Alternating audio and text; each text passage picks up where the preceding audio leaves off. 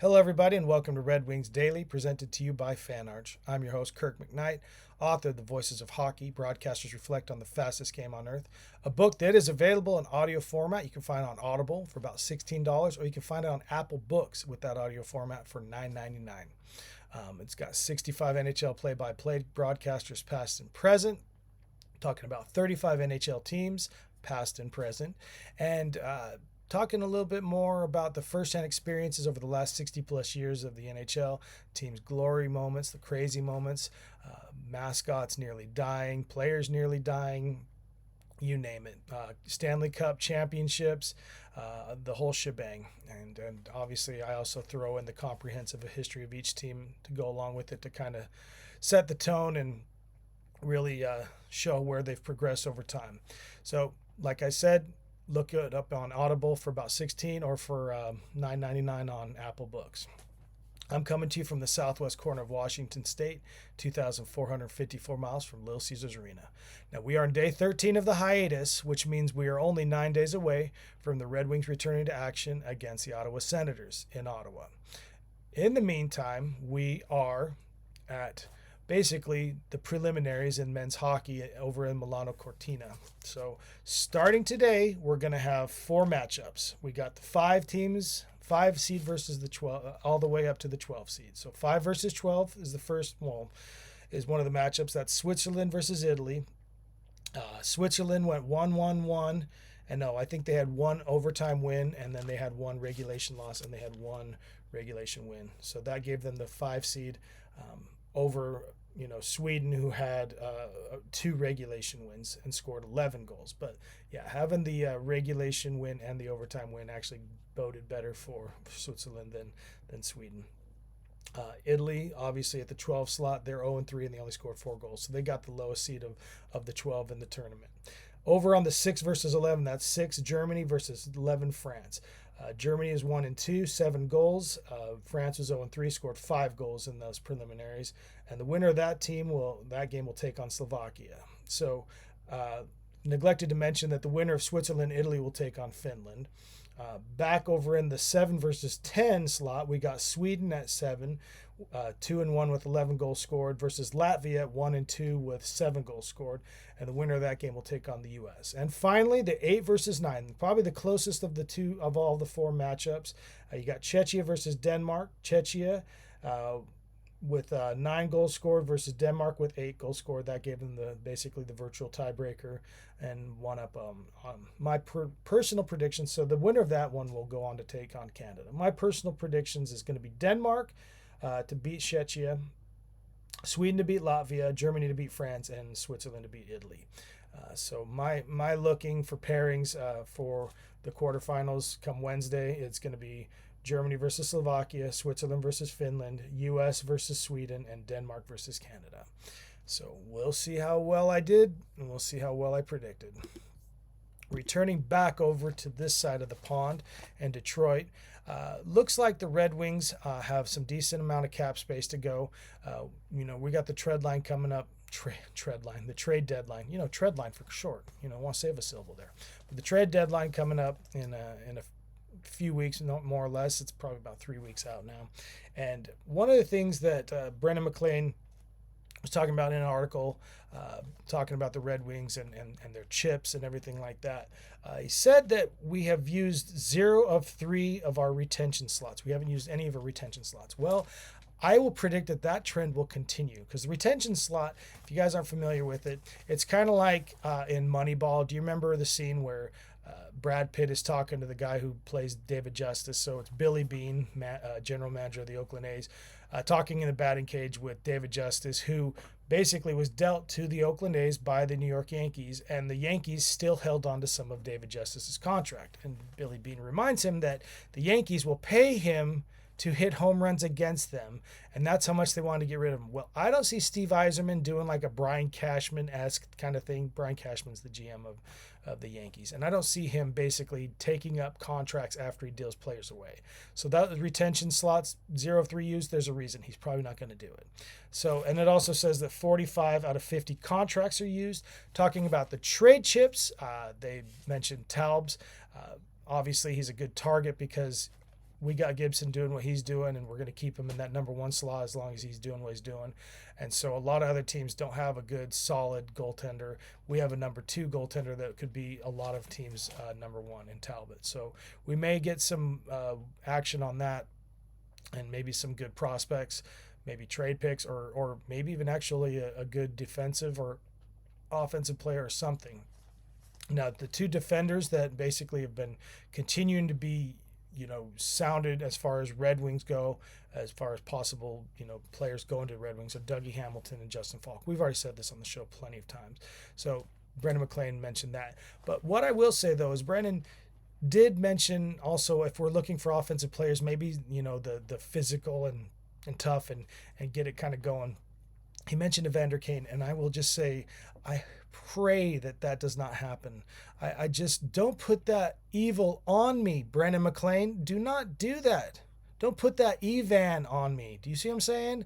I don't want Kane. There's only room for one Kane on the Red Wings roster, and he wears number 88. Guess what, Evander? 91 is retired. You can't even use it here. So don't even bother coming to Detroit. And Brendan, please stop putting that evil on us. Why would you even say that? Like we want somebody. What utility does Evander Kane have for a team like the Red Wings? None. I will eat this hat if the Red Wings get Evander Kane. I hope. I like this hat. I don't want to have to eat it. And the fact that if I were eating it is because Evander Kane's on the team, which would be even a worse pill to swallow. Brendan, one of these days, we'll have to have some words about that. Just don't even know why he threw that evil out there. We do not want that guy. So obviously, the Red Wings are in pretty good shape as far as the market goes. We are definitely have plenty to work with, I think. And so that kind of will lead into the final segment. But in the meantime, it is Tuesday. So it being Tuesday, that means it is Tantrum Tuesday. And, well, we just talked about my least favorite player in the NHL. Now we're going to talk about my second least, and that's Tom Wilson.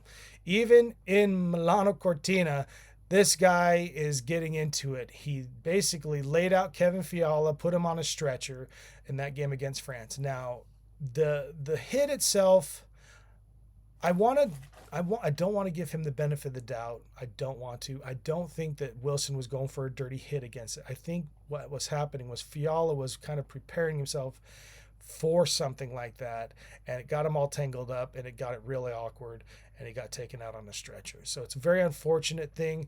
Obviously, likely story, Tom Wilson. I didn't mean to do that. Likely story, but I do think that there was a little bit of head games going on there, and that kind of changed it around for Fiala. Unfortunately, he's probably not going to play the rest of the season, so the Kings general manager is going through what a lot of people are going through. And another general manager that was probably going through that was the Colorado Avalanche, because after that happened with Fiala, here comes Creenon and just lays into Nathan MacKinnon. And I mean, he put his body into his face. I mean, you watch it on YouTube, the slow-mo, the replay. How many times can you see somebody's face get hit on a loop in 27 seconds? Quite a bit, and that's what I saw. So Creenon went after MacKinnon, kind of a retaliation for what Wilson did to Fiala, and then Wilson got his time with Creenon and put him into the boards. But this is the one part I will say that tickled me pink, and I'm pretty sure that Creenon just took care of Wilson. I mean, I think he had him dead to rights in that fight and took care of it. I think Hockey Fights would probably even award that one to Creenon and not to Wilson. Wilson got up pretty hot and heavy. The refs are trying to separate him, but he looked like a man on a mission. Man under fire, and was going after him hard. And love to see somebody like Tom Wilson getting the fist to the face, honestly. So Creenon was suspended as a result of not only that fight, but I think he had some gestures or whatever for the crowd, and they said, that's it for you. You're suspended for the remainder of the tournament. But let's be honest, the remainder of the tournament, it's just one game, honestly. Because do you see France winning? No, I don't see France winning. So yeah, you're sitting out for the one more game that your team's going to play, Creenon. At least you got your licks in, and at least you took care of somebody like Tom Wilson. I do praise you for that. Thank you, and thank you. Well, folks, we're going to wrap it up because it's time to talk about our own spotlight. We're going to spotlight Albert Johansson. The only reason I'm spotlighting him is because I'm just kind of wondering how he will figure into this. I didn't mention the fact that some of the tradable talent that we're talking about, that Brendan McLean was talking about, was players like Carter Mazer, Shai Boone, and Amadeus Lombardi. So the reason I say that is because if we do bring in a player like Dougie Hamilton or Justin Falk, obviously we're gonna have to unload a defenseman or two either in the trade, or they're gonna have to go to the AHL as a result of this, because we got Mo up there. He's gonna stay where he's gonna stay. Ben's gonna stay there, and Eds is gonna get healthy, and we're gonna need him in the lineup too. But we're starting to look at some of our bottom defensemen, especially if we get a player like Dougie Hamilton or Justin Falk. And so I see Aljo, maybe if not going away in a trade, I see him probably getting dropped down to AHL as a result, which is something he's been quite used to. I mean, he got drafted in 2019, and this is only the second season he's played. He's only played 114 or 119 games. His minus over those 2 seasons is minus 21. So I'm just saying that as a possibility, just welcoming the prospect of some of these fresher and more offensive-minded defenders, like somebody like Justin Falk. So if that's the case, and we see Aljo either shipped off or shipped down, that won't really break my heart too much.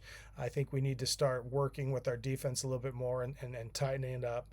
And I've said a lot of times that we need to tighten up our offense, but if we can tighten up that defense a little more, we won't be causing so many turnovers deep in our own zone, and they won't get those quick fire goals, 1, 2, 3s. So that's my hope, is that we get a little bit of improvement on a defender here or there. And if that means sending somebody like Aljo down, I'm not going to lose any sleep over. He'll have his role in Grand Rapids or wherever it is. So that's been our show today, folks. This has been Red Wings Daily, presented to you by FanArch. I'm your host, Kirk MckNight, and tomorrow's show we'll talk about Over the Hump. We'll discuss the matchups to be, starting with the quarterfinals, and we'll find a little bit of Red Wings action to talk about. Maybe a little bit of heated rivalry. Book 3, I don't know. Depleted rivalry, sorry. You know what? I just broke it. I just broke the trademark. Yes, depleted rivalry. Maybe book 3 out of that one. We'll see. But until then, LGRW from the P&W.